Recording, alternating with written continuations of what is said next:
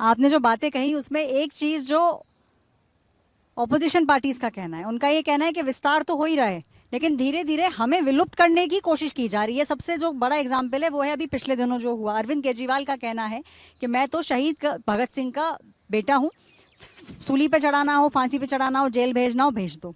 कांग्रेस का भी, हाँ, सावरकर आई नहीं एम हो। सॉरी, वो कहता क्या है करता क्या है आप भी मेरे से ज्यादा बेटर जानते हैं, देश भी जानने लगा है।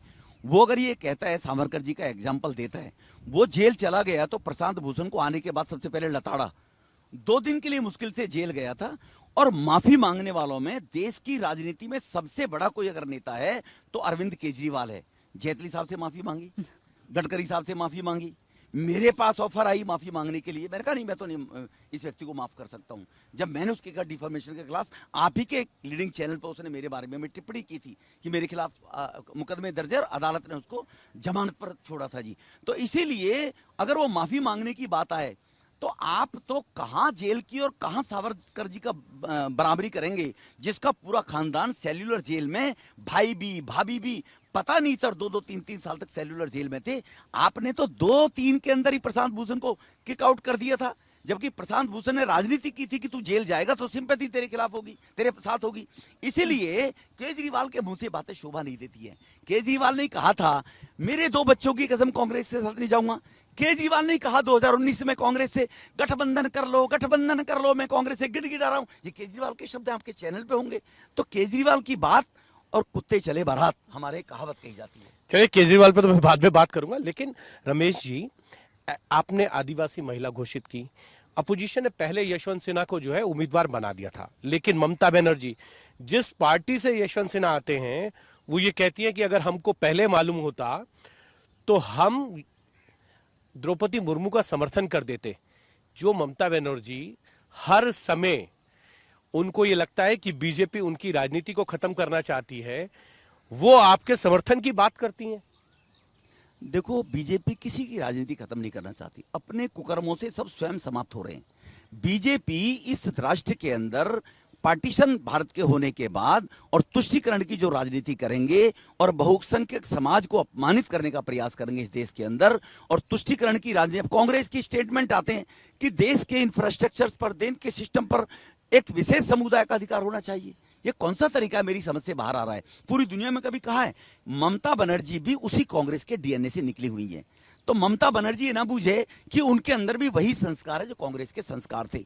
ममता बनर्जी राष्ट्र के हित की बात करें, सेफ्टी ऑफ बंगाल की बात करें, घुसपैठ को रोकने की बात करें, आतंकवाद के खिलाफ की बात करें, सर तन से जुदा वालों का विरोध करें, तो भारतीय ममता बनर्जी को कौन कहेगा? वो अपने कर्मों से खुद रोग विलुप्त होते जा रहे हैं। भारतीय जनता पार्टी किसी को विलुप्त नहीं करना चाहती। विपक्ष होना चाहिए, हम तो कहते हैं एक अच्छा विपक्ष होना चाहिए जो पॉजिटिविटी के साथ में काम करे। विपक्ष के कई नेता तो आपकी तरफ आ गए। स्वाभाविक उनको लगा कि हम लोग गलत फंसे हुए थे और देर आए दुरुस्त आए।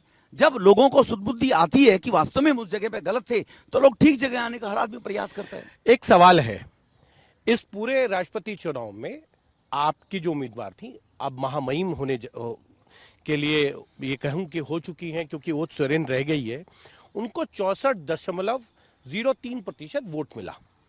रामनाथ कोविंद को 2017 के अंदर जो है 65.65% वोट मिला था। इस बार कमी क्यों रह गई, जबकि इस बार पिछली बार से ज्यादा रमेश जी आपके पास एनडीए के बाहर के दल, यूपीए के कई दल आपको समर्थन कर रहे थे? ये कमी क्यों रह गई? टारगेट तो 70% से ऊपर था, टारगेट पिछली बार से भी कम क्यों हो गया? देखो, लक्ष्य हमेशा, जो भी व्यक्ति होगा, लक्ष्य हमेशा 10% उससे ज्यादा का रखा जाता है जितनी आप उम्मीद रखते हो। लक्ष्य हमेशा, लक्ष्य कम रखेंगे तो आगे बढ़ेंगे कैसे? तो हमारा लक्ष्य जो है वो अगर 72-75% था और हम 68% पे उसको अचीव कर गए। और दूसरा ये तो लक्ष्य तो पिछली बार फिर बड़ा होगा, 10%, पिछली बार 75 होगा, 65 आया, इस बार 72-73 से 64 आया। नहीं, देखो, जो हमारे पिछले घटक दल थे वो इस चुनाव में भी, इस राष्ट्रपति चुनाव में हमारे साथ थे वो घटक दल जी। और जो घटक दल हमारे साथ रहे थे, निश्चित रूप से उन लोगों ने आज भी मोदी जी की ही, उनकी एक पार्टी की आइडियोलॉजी का है, पार्टी का सिस्टम है, इसलिए उनकी मजबूरियां हो सकती हैं कहीं ना कहीं ये दिखाने के लिए, लेकिन वो आज भी मोदी जी की पॉलिसीज, मोदी जी की योजनाएं, मोदी जी की थॉट सर्वे भवन्तु सुखिनः सर्वे सन्तु निरामया, जो भारत का मंत्र है कि दुनिया में सभी सुखी रहें। हम कुटुंबकम की बात करते हैं विश्व में, तो इसलिए मोदी साहब के ऊपर सबका भरोसा है। और वोट पोलिंग हो रहा, वोट कम होना, ये इस बात का पैमाना नहीं है, लेकिन पैमाना ये है कि लक्ष्य जो हम रखते हैं तो लक्ष्य के 10% तक की अचीवमेंट होती है और हमने वो प्राप्त की है। केरल में भी एक वोट मिल गया द्रौपदी मुर्मू को, आपने तो शायद उम्मीद भी नहीं की होगी। नहीं, हमने तो कहा ना, मोदी जी के ऊपर बहुत लोगों का विश्वास है। वो लोग कहते हुए घबराते हैं, डरते हैं। समाजवादी में ही देख लो आप, समाजवादी में भी देख लो ना, जहां कभी किसी ने सोचा ही नहीं था वो समाजवादी ने भी दिए, ममता बनर्जी ने भी के भी पार्टी में दिए लोगों ने। 2 वोट मिल गए वहां से आपको, ममता आपके पास तो 69 की संख्या थी, 71 पड़ गए। मोदी, मैंने कहा ना, मोदी जी के अंदर विश्वास, मोदी जी की लोकप्रियता, मोदी जी के अंदर साथ में रहते हुए लोगों का कॉन्फिडेंस, वो है, उसके कारण लोग बढ़ रहे हैं धीरे धीरे।